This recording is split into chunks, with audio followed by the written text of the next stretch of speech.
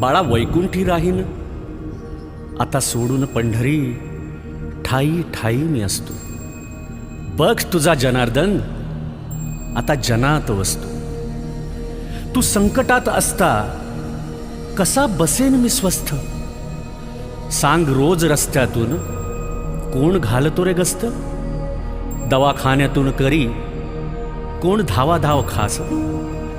कोण बांधतो रे आस, कोण पुरवितो श्वास.